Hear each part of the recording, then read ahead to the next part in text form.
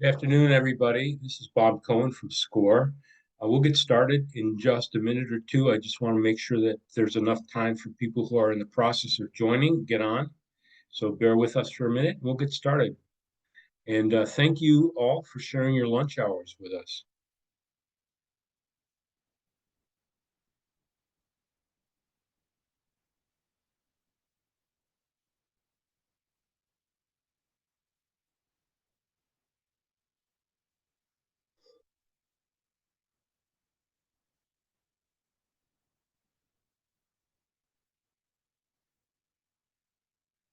I'm going to wait exactly 1 minute, and at 12:01, we will get started. While you're waiting, if you all wouldn't mind putting in the chat whether or not you are in the process of starting a business or have an idea for a business or have a business going.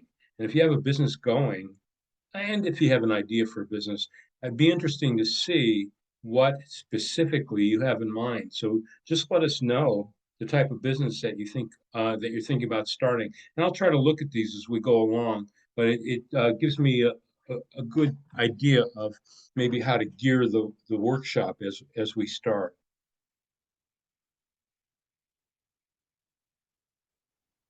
So somebody's in R&D phase. That's good. This is perfect workshop for you. And somebody's consulting, specialty chemicals, food truck. Nice.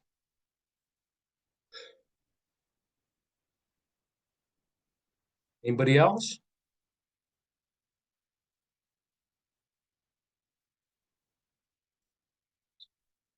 Art promoter. Ah,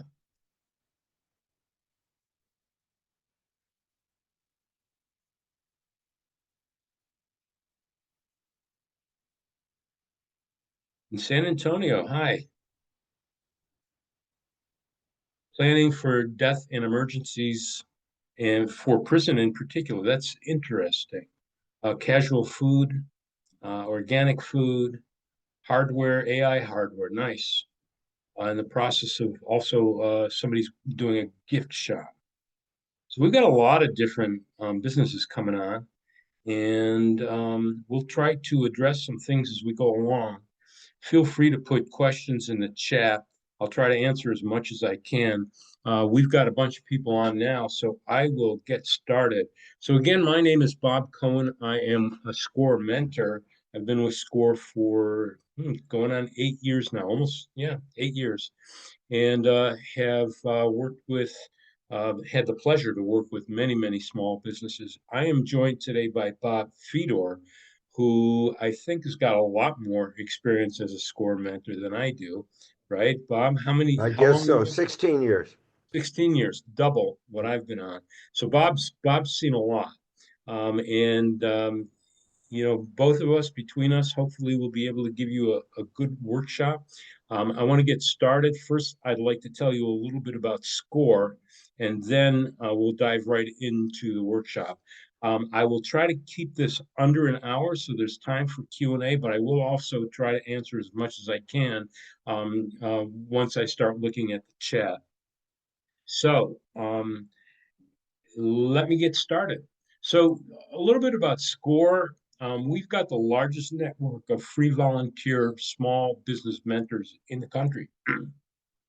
Pardon me. There are some 240 chapters around the country. I'm just going to go on mute for a minute because I don't know why, but I'm coughing a little bit. So hang on.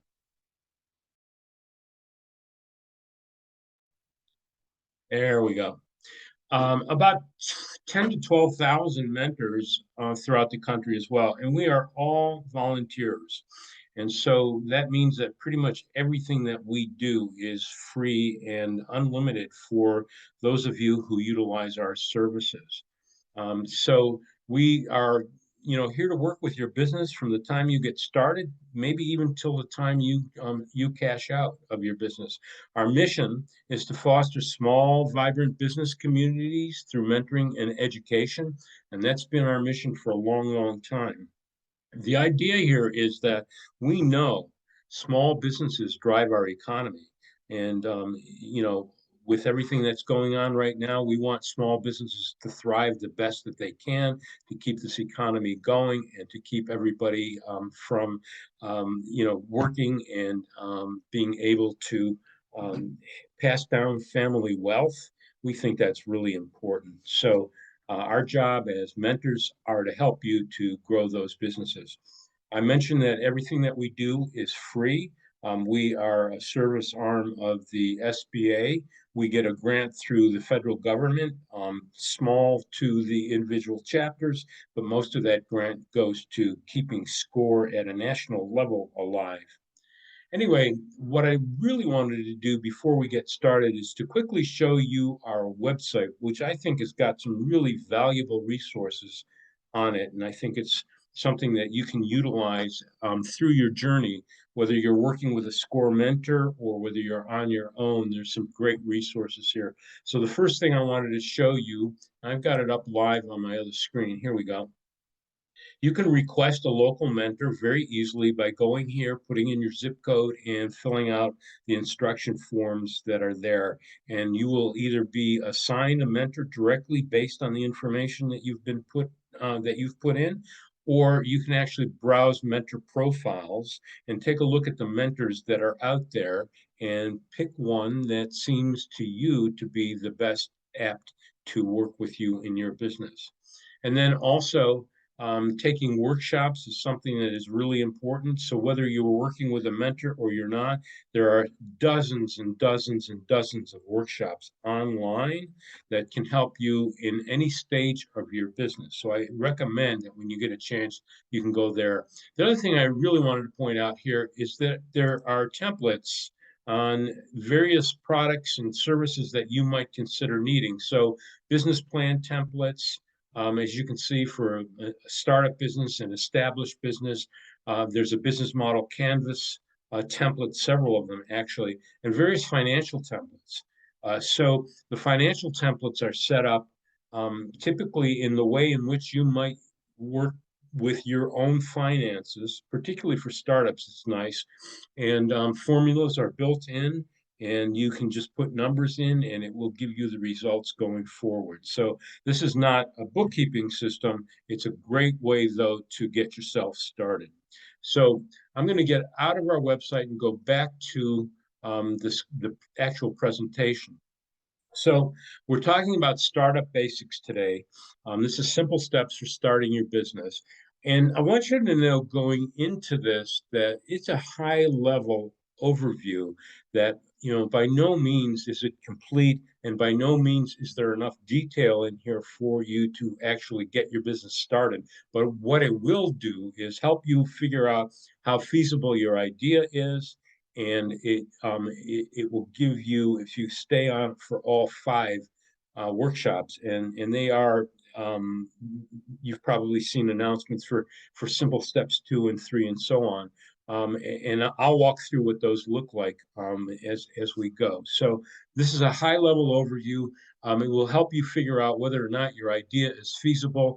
It will also give you some exposure to SCORE. And what I would recommend, that if you are in the process of looking at starting up a business, that you go to our website and get a SCORE mentor, and we will work with you on a personal level to help you get your business started.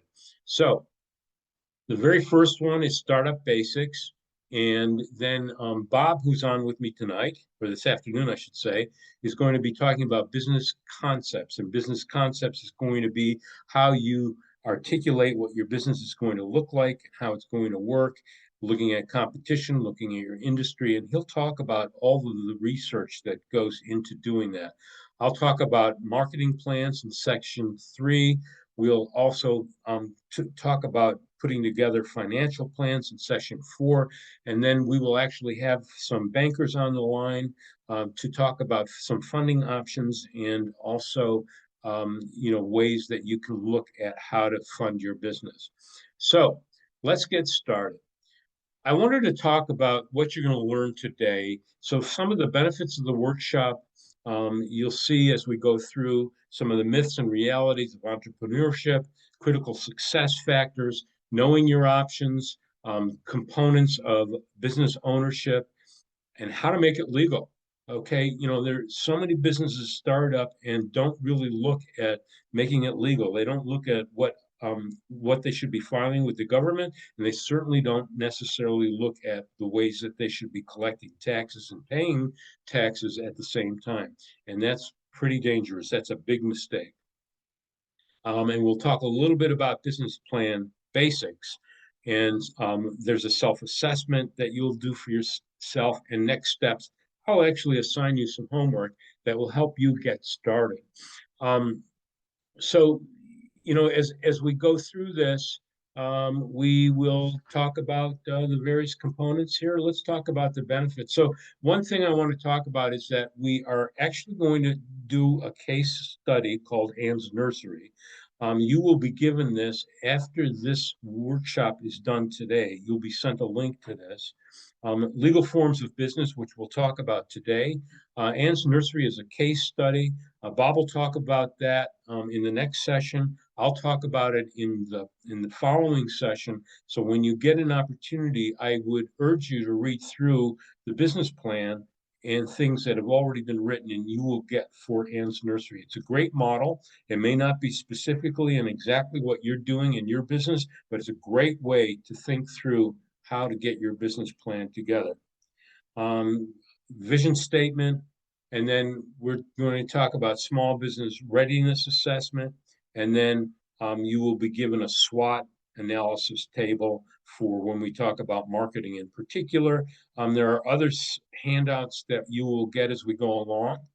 SWOT means strengths, weakness, opportunities, and threats. And you're going to look at your ideas, and you're also going to think about your competition in theirs as well. So this is going to help you to develop a feasibility plan and to decide what direction to go with your business plan. It's going to take you through some decision making on putting your business plans together. It's going to provide you with the information to make a go or a no-go decision on your idea. And again, I urge you to work with a mentor that can actually give you some insight into this in much more detail than you'll get in the overview that we're going through this afternoon. And this will give you some key directions that you need to get started. So let's keep going. Let's talk about some myths. As an entrepreneur, you won't have to work that hard or put in that many long hours. And I would absolutely say exactly the opposite. If you're not prepared to put in a lot of time and to get the work done that needs to be done prior to even opening your business, you will be a failure going forward.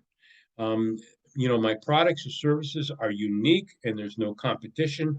I would argue that you may have a unique concept or you may have a unique platform that you're working with, but something else out there is going to be available as well. You ought to be looking at your competitors very, very closely. And even if you're the first in business in what you're doing, if you're successful, people are going to try and do the same thing or actually improve on what you're doing. Business owners can deduct everything from their taxes. You won't have to pay taxes. That's actually a myth as well. In that, if you're doing poorly, then you're not paying taxes. If you're doing well, you'll be paying taxes. And the things you can write off, the IRS will tell you what's allowable and what isn't. And then as a business owner, you won't have a boss. Well, here I would argue that everybody is your boss. Your employees are your boss, one way or another. Your customers are your boss. People you perform services for are your boss. So, by all means, you are answering to everybody out there when you start your own business, up to and including your spouse and your children, based on how your business actually gets set up and grows. And business owners get to do whatever they want to. Well, yes, probably to a point, but if you're not doing what your customers want, then you probably won't be very successful either.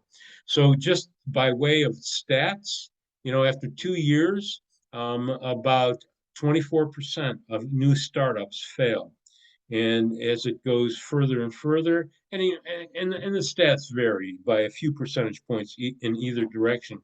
After 5 years, about 50% of all businesses fail. And the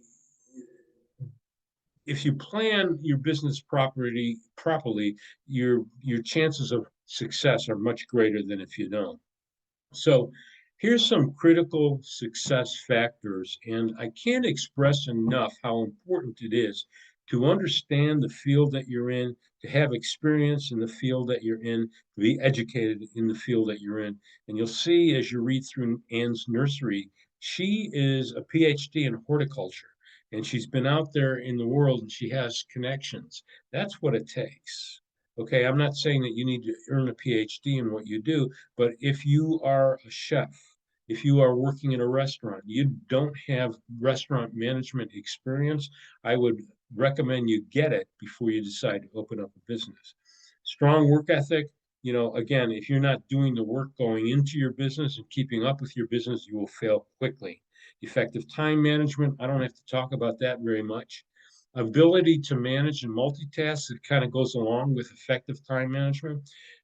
As a business owner, life is going to be chaotic, and you need to figure out how to manage all of that to get your business going and make your priorities work for you.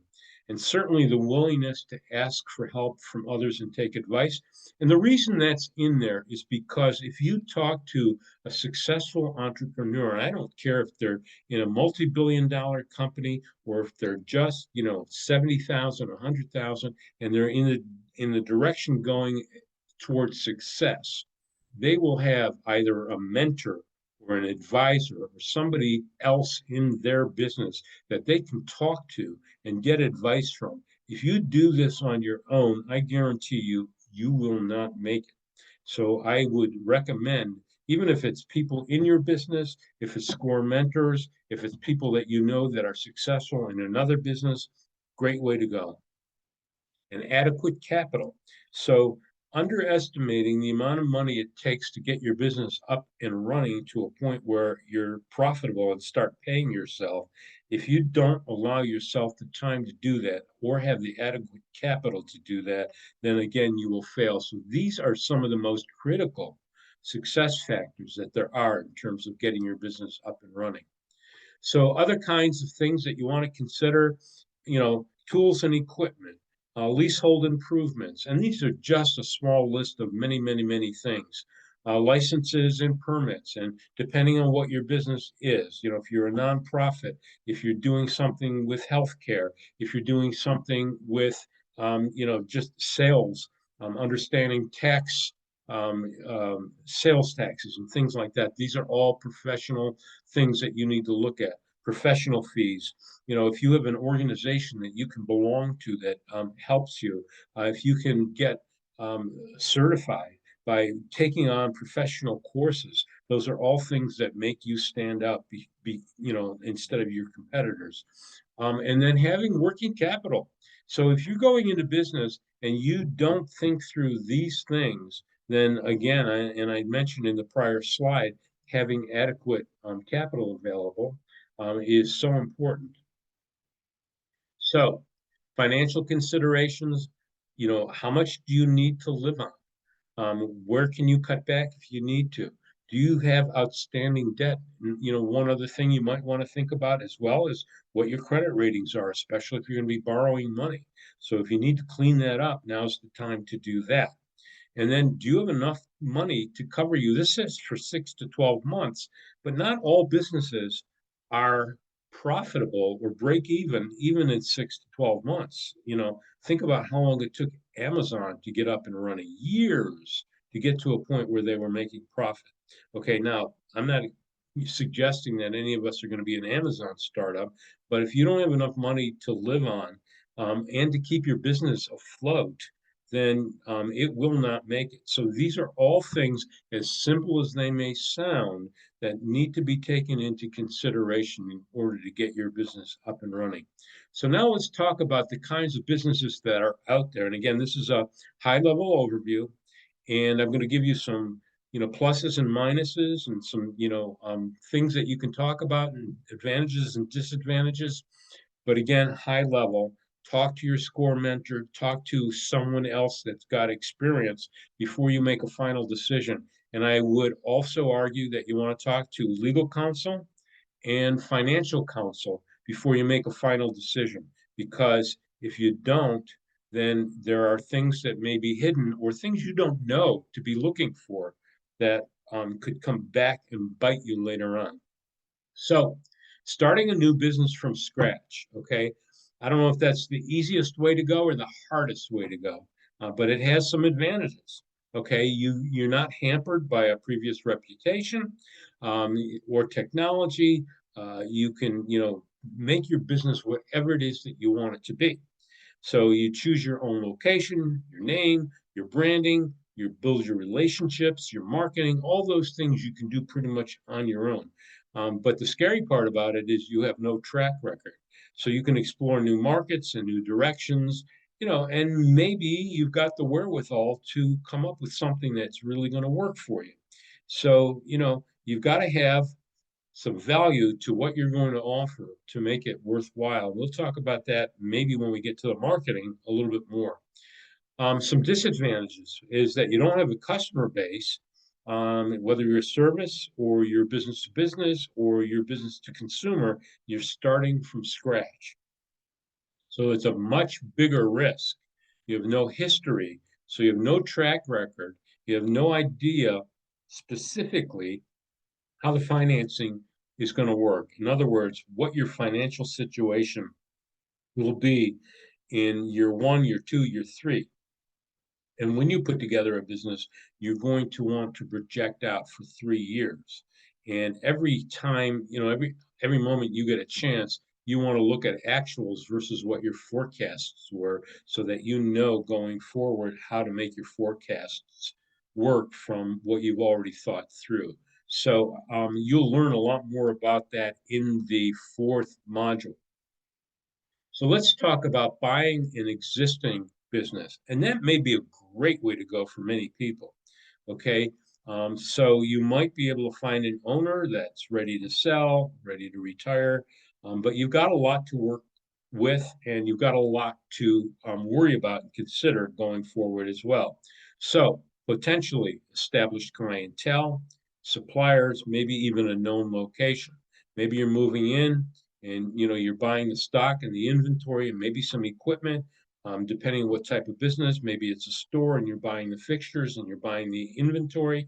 Those are all good things that you could possibly buy, and you've got tangible goods and services that you can look at, and possibly even a proven formula and a good name. You can review financial records. So if somebody's been in business for many years, you can look back 4 or 5 years and see how they're doing. And, since a business has a track record, it might actually be easier to obtain financing to buy this business and go forward. But there are some many, many disadvantages as well. And here's where you're going to need an attorney and somebody with good financial experience to go through the company and understand whether or not they have legal jeopardy or whether they're in financial straits.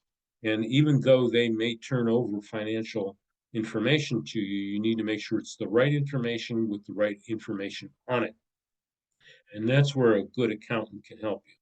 So, possible debt, poor reputation, loyalty to the owners, by their customers, and there's ways around getting that. Out of date inventory, or possible even transfer issues, contracts where you can't transfer a client to you. So you need to understand if you're working with somebody that's got contracts with customers, what the clauses are that allow them to transfer to you or allow you to buy from the original owner. So there's a possibility there. Reputation, if they've got a lousy reputation, then that might be a real problem to overcome. Is the inventory obsolete? Will you have an employee issue? So those are all things you need to think about. You also even need to think about insurance and claims and things like that that go along with that. That's where your attorney and or your financial advisor can help you out considerably. Buying a franchise, interesting concept. And I don't see as much franchise buying as perhaps there is available out there in the marketplace. So, you know, um, the one thing about franchises are that they potentially, if you've got a good franchisor, and you would be the franchisee, then they've got, you become part of a proven system with proven products and services. That's good. Okay. Marketing and sales, you've got the power of the franchisor behind you. Okay. Training and professional guidance. So chances are they will train you. You may not necessarily even need to have as much experience in a field as you would if you're starting from scratch, and access to other franchisees for help. So there are some disadvantages as well. First of all, you don't know, you've got to vet that franchise very, very carefully. There are a couple companies out there, FranNet being one of them, and that's a score partner of sorts that actually does vet maybe 300 to 350 franchises, and will actually help you put together the franchise based on your ability to actually do that financially and otherwise. But that's another story. We'll talk about that at another time. But you will have some limited freedom to be your own boss. The franchisor wants you to utilize their products, their systems, and everything else. Think about a McDonald's franchise. You would not be able to put your own hamburgers together, come up with your own meals, or your own combo packages and things like that. You have to utilize the ones that McDonald's has. You're going to pay ongoing royalty fees. Sometimes that's off top line revenue. That also, there may be other fees. You'll likely pay a marketing fee, but you have to assess those fees versus what you would get in return. And so, again, here's an area where you will be able to get pretty good information from a good franchisor, because most franchisors, before they become a franchise, would end up actually having to run those businesses successfully that they will then eventually franchise. And there are a couple franchise organizations besides FranNet. There's a national organization that is a trade organization about franchises that's well worth looking at. So, your contracts are binding, and that limits your exit options. You need to look at that again with an attorney. And, there are many more disadvantages as well as there are advantages that I'm not even going to talk about today. If a franchisor has a bad reputation, their reputation is going to be your problem as well. So that's one other possibility. Home-based businesses, I'm just going to go through this quickly. Many people do, and that's fine. Convenient work location, less overhead, flexible schedule, tax advantages. You can hire people anywhere in the world, particularly if you're working on the internet. You may face some zoning problems. You might be isolated from others. That may or may not be good for some people. Depends on who you are and what your personality is. Difficult finding funding and financing, and potentially family distractions. So I wanted to talk about nonprofits. And if you would, if you're thinking about starting a nonprofit, why don't you just text me that you are doing that, and maybe a little bit about that. So there's some advantages and disadvantages. I'm not going to dwell on nonprofits for a long period of time here. SCORE in the Cleveland chapter, as well as other chapters around the region, as well as throughout the country, has many workshops on nonprofits. So with a nonprofit, you've got to go through government regulations. You may qualify for government grants. That's a plus, and foundation grants, protection from liability for the directors and employees. You can pay salaries to an employee and yourself if you're the director. The one disadvantage is that you, as director, assuming you were the director, have to answer to a board. So you need to put together a board, which is, to me, it's an advantage to have a good board that understands your nonprofit and your mission. A nonprofit is basically a mission-based business, and the profit of a nonprofit, if there is such, needs to stay within that nonprofit. It cannot be used to reward employees. It cannot be used to start other businesses. And if you, in fact, fold the nonprofit, that money has to go to another nonprofit. It can't go to any particular individuals for any reason. You need to apply for a 501c, and there's several different indicators. There's one, two, three, and so on. SCORE, for instance, is a 501c3. It's a nonprofit organization with nonprofit status. But there are many other designations out there. So, you easily can find that by going online to the IRS site and look at nonprofits, and it'll give you outlines. Or you can work with a SCORE mentor, and a SCORE mentor would be very, very willing. SCORE's got several mentors that specialize in nonprofits. So I see a few people that are in the process of starting nonprofits. And we will talk about nonprofits as we go along, not necessarily today, maybe in some of the other sections Bob, that we Bob, discussed. there's a Yeah, Bob. question about public benefit corporations. We are not going to talk about that today. Correct. I'd call that social entrepreneurs. Yeah. Yeah, no, I agree, and there's some good ones out there. And there's also another organization that we work with. We actually mentor for them. It's an organization called Sea Change, and Sea Change is, it's basically for profits, but with social aspirations. So anyway, so yeah, there are a lot of different designations for nonprofits. Thanks, Bob. So let's talk about some components of owning a small business. Okay. And the very first one is, how do you utilize your time? And I talked about that earlier on, but I just wanted to show it, in somewhat of an outline form. A company that's up and running might have somebody that fulfills each one of these positions, but until you get to that point, it's you, okay, or it's your partner, or you and your partner combined. So um, think about that. You're wearing all the hats going into this. So we're only going to touch on marketing for a minute here. It's going to be covered in detail in workshop 3 in our marketing plan. And we also have multiple workshops on marketing at various levels. What you're going to get in simple steps, again, is an overview. In a few weeks, I don't recall the exact date, we'll be presenting one presentation on marketing basics, but we have several presentations on websites and Google and things like that that all go along with marketing and social media for that matter. But this is just going to be as it relates to Ann's Nursery primarily.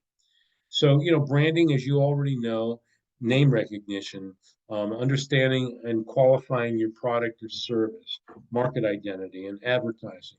We'll get into that later. Sales is a big part of marketing, and marketing leads to sales. And sometimes, if you are a business to business organization, your marketing is going to be totally different than a business to consumer organization or other types of manufacturers and things like that.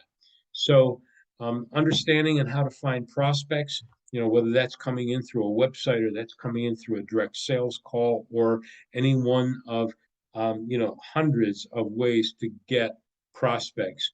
Understanding how to make presentations and prepare bids, and close deals, and process orders. Very small part of sales. But do you have the skills that it takes to put this together? If you don't, I mean, think about the areas that you're strong and weak in. Bear with me because I think I'm yeah, there we go. And if you do have weaknesses, you got to figure out a way to shore them up. Okay. Can you take courses? Can you improve your skills? If there are things that don't fit your skills, can you find somebody to do that for you? I work with an organization that is a startup, and this startup is so promising that there are several people that are standing in line actually help this organization out, and they're doing it free of charge. And so they're actually supplementing some of the things that this organization needs with the future intent of becoming part of this business. So there are many, many ways to figure that out. So even if you're skilled in all of the roles, you won't necessarily have time to handle them all. You need to figure out how to utilize your time. Now, when you're talking about your product and your service, who's using your product? Who needs it? What is it about your product that fulfills a need? You need to think about that as you go through, and we'll talk about that in more detail. Bob will talk about that certainly next week, and I'll talk about that in marketing as well. Why they need it, because that's going to be important to understand what their pain points are as you begin developing your marketing message. And then how is it different or better than your competitor? So, in other words, we need to talk about how to understand and know your competitors and what is your value proposition, what makes you better than a competitor. And I talked about a SWOT analysis earlier on. We'll talk about that in more detail going forward. But that means strengths, weaknesses, opportunities, and threats. So let's talk about competition. I can't tell you how important it is to know your competition as well as you know your own business. Depending certainly on the type of business that you're in, but understanding the size of that operation, the number of employees, their prices, their quality, service provided, reputation, strengths, weaknesses, all those things that are on that SWOT analysis, and then actually going to and talking to your competitors. And they don't have to know who you are specifically. I used to call my competitors and ask them actually to look at a proposal that I would give them to fill out, and they'd come back to me and they would give me some wonderful insight into what I was doing right or wrong with my business. And then I want to take a quick look at the time. We're in pretty good shape. Understanding suppliers and contracts, and then certainly other businesses in the area. We're going to talk about competition in a lot of detail going forward. Let's talk about making it legal. There is a form that you will get in email probably today that actually will give you much more information on this. But you can also go to, if you're in Ohio, and I'm sure every state has something similar, ohio.gov, and there's a tab on business and startups. It will actually give you much more detail on any of these types of partnerships or sole proprietorships, limited liability companies. Most of our clients are probably limited liability companies. And I'm not telling you which one to go to. I would say that maybe you talk to an attorney and or a financial planner or a financial expert to figure out what's best for you. But I would say keep it simple. So a sole proprietorship or partnership, if you start up a sole proprietorship, you're the owner, or a partnership, you and your partner are the owners. You can go into business tomorrow. You can make up a name for yourself. You should go online and see if that name is taken. And if it isn't, and you decide to utilize it, fine. But keep in the back of your mind that you are personally liable for anything that could potentially come to you as a lawsuit. And I'm just looking. Okay. So I'll go back to Deborah, your question in a little bit, but let me keep going. You want to be able to limit your liability, and so instead of you being sued personally as the owner, then the suit would actually sue your company, so they would be entitled to however much your company is worth, depending on what type of lawsuit it is, but they couldn't go after you personally, your home, and other things like that. But there are some areas where that can actually be cracked, but for the most part, you pretty good. You can go online and get your limited liability corporation or an S corporation or even a C corporation by again going to ohio.gov, and I think that'll be in your resources to take a look at that. Keep it simple. Understand what business business licenses you need, what labor laws are out there, immigration laws, IRS and Social Security, withholding payments and things like that, taxes and all the other things that go along with starting a business in the government. We have many, many clients. I shouldn't say many. We have some clients that have gone into business and gone in and just gone in and started up and are very successful, but they haven't paid taxes in 5 years, 3 years, 2 years, whatever it is, or they don't have workers' comp, or they're not taking out, they've got everybody, signed up as contractors and not employees. Well, there's laws around all of that. And you need to understand those laws if you are going to hire employees. So, make sure that you've got all the licenses and all the approvals that you need to get your business going. And we do, on a fairly regular basis, offer law workshops that will walk you through some of this stuff. But also you can work through it with your mentor. Insurance considerations, and that's really important. Property liability, all the things here, workers' comp, health, life, business interruption, etc. Other things I would look at is if you have a partnership that you have key, I don't know if it's man or key person is the name of the insurance, but you're insuring yourself and your partner. You don't want, if you, particularly if you're relying heavily on a partner in your business, if your partner's gone, what are you going to do? Okay. The other things I would also talk about, if you're going into partnerships or you're bringing people in and hiring them, that you do it in a very legal way, that you have contracts with partners so that you understand what happens if you need to sell the business, what happens if somebody dies in the business, what happens if somebody can no longer work in the business. So those are all things to consider going forward. You don't necessarily have to start them in the very beginning, but I wouldn't wait too long before I got involved in understanding that. All right, so for the next 15, 20 minutes, let's talk about business plans, and then we will kind of wrap it up. So why would you put together a business plan? And I always say it encourages an objective view. When you put together your business plan, you don't want your business plan to be aspirational. You want it to be analytical. You want it to be something that you can go in and actually analyze and decide whether your business is going to work or not on how excited you are about the concept or how excited you are about selling or how excited you are about marketing or any of those things.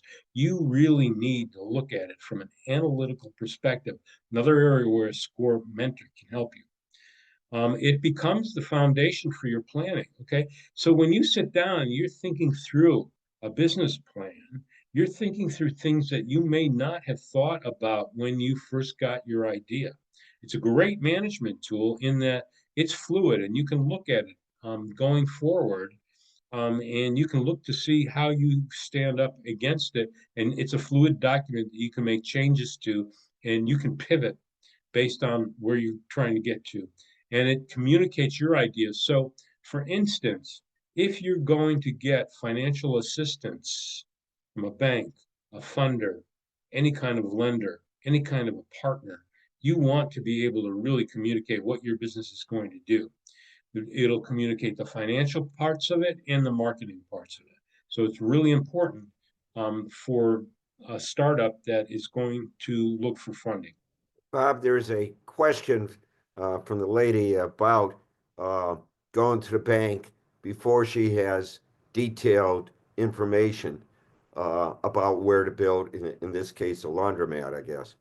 That's a great question. Bob, do And you want to answer that? well, I would just say you first of all, you should always have relationships with the bank, and you should have a banker. Uh, but a banker is not going to take seriously any request for a loan until you have a specific plan. So you Agreed. have to at least say, give examples or options. Maybe there's one, two, or three different locations and costs, but you got to have a specific plan or you're wasting the bank. They won't take you seriously. No, in terms of actually getting along, you're absolutely right, Bob. I agree with you that you should have a working relationship with a bank one way or another so that at that point in time, you can sit down with that lending officer from the bank and you might already know them or they might know you through your accounts and so on. And then, go from that point forward.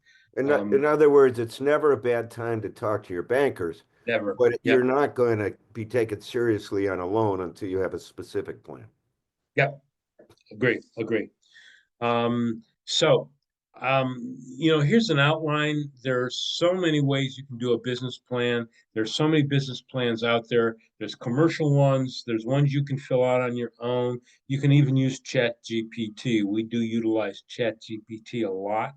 You want to make sure, though, that Chat GPT or any AI tool that you use has the ability to narrow down what you want to a point where it sounds like you put it together, and not just some sort of um, you know um, everyday piece that anybody can get. So um, what I did want to talk about, and this leads to the question that you just answered, Bob, that every owner should have a banker, a lawyer, accountant, insurance agent, and a business mentor in their in their um, in their back pocket, so to speak. And the reason being is that we mentioned it before. When you're ready to go to the bank and you want to sit down with the banker and you already got accounts and you already know people, you got a leg up. And we do multiple workshops whereby we talk about how to go to a bank, what to say to a bank, and what the bank does with what you do and say. And so, making your plan bankable. We look for workshops in that. And, these workshops already exist online if you don't want to take a live workshop. So go in and take a look at that. But it's good to know what banks look for. Yeah, I mentioned, our fifth session will be on that specific issue and how to yes, prepare yourself for the bank. And Dan Toll is one of our mentors and an expert on yeah, the. yeah. Yeah, he's a banker as well as formerly with the SBA.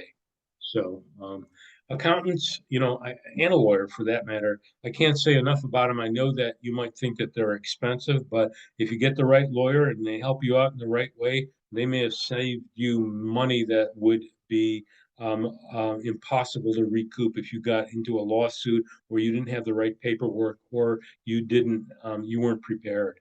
Same thing with an accountant, insurance agent. You might think that having insurance is not really important, but depending on the type of business you're in, it surely could be. And certainly a mentor, uh, whether it's a score mentor or someone else, I cannot stress enough how important that is. So there is a small business readiness self-assessment that you will get today in the email. Do this for yourself, okay? Award yourself some points here. You might, as you go through the rest of the courses, find that you've actually learned things that you can do this again and reward yourself some more points. What I would like you to do is write a little bit of a vision statement about your business. What's the overall purpose of your business? What are you trying to achieve? Why are you going into business? You might also think about, what niche, if not a niche, or what pain points, or what it is in the marketplace that you can fulfill. What need is there for what you want to do? And then describe the products and services of your business. Explain a little bit about why, again, it's important, and maybe a little bit about the values you'd like to put into your business.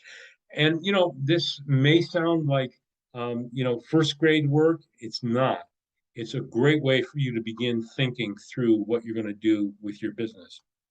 So before I take questions, um, I recommend you sign up for the rest of the simple steps stuff. Work on your business plan.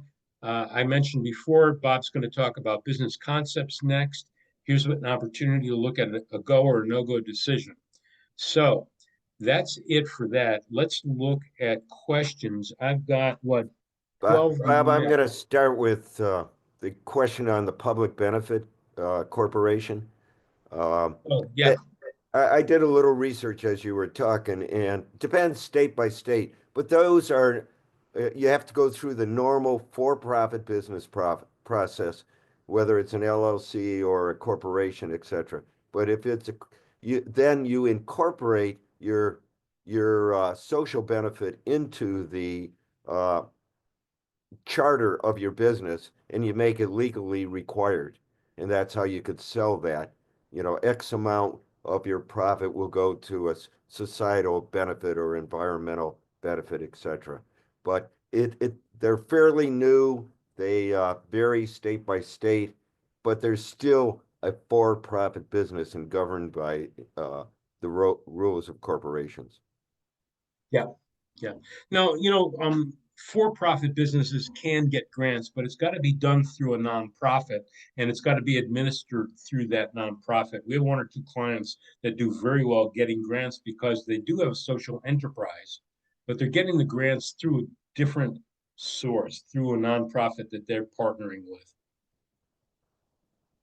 Any other questions, Bob, you want to go through? No, Let's see what else. Public benefit, a couple others on public benefits. Um, Somebody's working with a mentor. They're in their business plan. They're stuck doing projected profit. yeah, that's And Bob, that's the one I addressed with respect to okay, when you go to a bank. gotcha, gotcha, You gotcha. got to have a Okay, business plan before you go yep, to, yep, yep, but you should have a banking relationship. yep, yep. So, when you talk with your mentor, talk about putting together a 3-year projection based on sales that you are about to do. They will have to be forecasted sales, and they need to be realistic. And you may want to look at a 3-year plan, and you might want to look at it month over month over month in those 3 years. And your mentor should be able to get you there without any issue at all. Any other questions? Well, there's one on public businesses, multiple businesses in a trust. We'd have to hear, you'd need a mentoring to have to get into details on that. Yeah, yeah, It's yeah, very complicated. yeah. Well, looks like we got 9 minutes left. If there are any other questions, by all means, please ask now, and then we can wrap up. I don't see And see anything in you the next chat. week. Yeah, yeah. So Bob will be on next week. I will be sitting where Bob is right now, as his co, and we'll go from there. All right, everybody. Thank you so much. Just Oh, got one new hold message, on. two new Stop messages. working on it. Okay. I can't. How can we enroll in other segments? So the other sessions that are coming up, um, you should have received an email on those. If not, I'm guessing you will again this week. If not, go to the website and look for upcoming workshops. So score.org/Cleveland, and go to the workshop tab. If you don't get anything, by all means, feel free to send me a text or a note. My email address is available online as well, and I'll send it to you. I'll send you the link, but you Yeah, should get Bob, one in the mail. there's a question from Vince on starting that right down your alley. Starting a software company needs to be able to price and he needs competition information, Yeah. but it's a private company Hmm. organization. Well, we need to get some more particulars on that. Bob's going to talk about research next week a little bit, particularly industry research. And there is information available on some private companies. There are databases that you can go to through your local library that might be available for free, one of which might be Dun and Bradstreet. And some information may be collected, even if it is a private company. You just won't be able to look at corporate taxes or taxes that are filed in particular that way. So, you may have to do other research out there, and there's so many ways of getting research, some of which you have to pay for, some of which is free. Well, you should be able to find customers of that platform Yep. and talk to them. Yeah, yeah.